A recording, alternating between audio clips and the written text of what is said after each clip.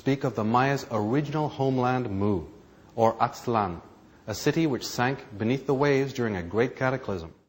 They also mention angry and vengeful gods who actually created the Maya and Toltec forebearers, forming them Adam-like out of the earth in order that they might serve their master gods.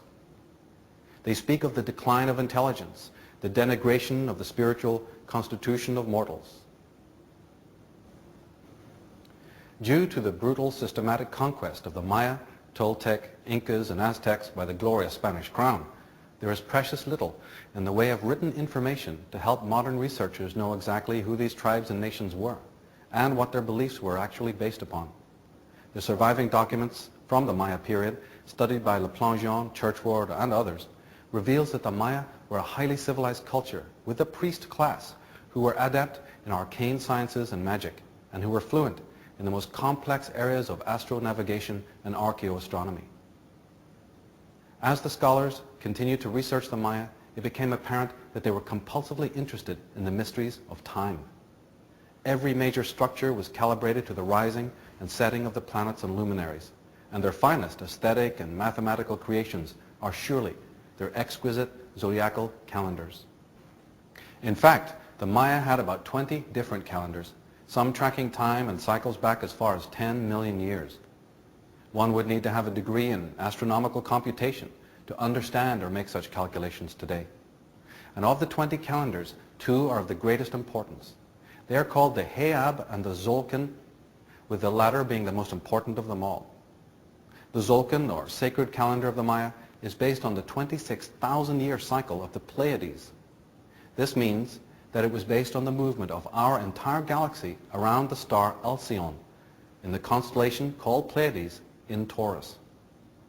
According to this great calendar, there are 6 world ages or cycles. Each begins, comes to its peak, and then ends. After the 5th age, there is a time when history itself would end. According to the Maya records, their so-called 5th world would finish in the year AD 1987. The termination of this age or world opens the way for the Maya 6th world to begin. It will start in earnest in the year AD 2012, on December 21st to be precise. The interim between the 5th and 6th worlds is a period known to the Maya as the apocalypse time or the time of revealing. It is a period in which man experiences many revelations about himself, his times, and his world.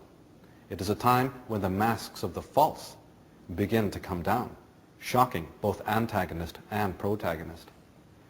The subsequent revelations will change man in many significant ways, socially and psychologically. If man survives these revelations, he will inherit the 6th world to come, which begins after the winter solstice of 2012.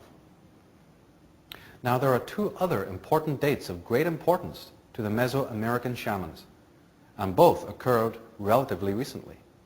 The first is December 21st, 1999, a date which marked the beginning of the last 13-year cycle of the Maya long count calendar, which terminates on December 21st, 2012. In other words, when our sun arrived at the winter solstice point of 1999, we began a 13-year countdown, so to speak, to the 0 year of 2012. Then there comes the date of November 8th, 2003. This is also significant since it is the precise central calendrical point between the last harmonic concordance of 1996 and the final 0 point date of December 21st, 2012. Interpreters of the Maya prophecies and holy books say that it was believed that time itself would speed up before the coming of the 6th world at 2012, or during the interim period between 1999 and 2012. Now, this speeding up phenomena can be interpreted in a variety of ways, and as philosophers Immanuel Kant and Henry Bergson so exquisitely advocated, and as quantum scientists have finally proven, time is not a fixed phenomena, but is relative to the consciousness which perceives it.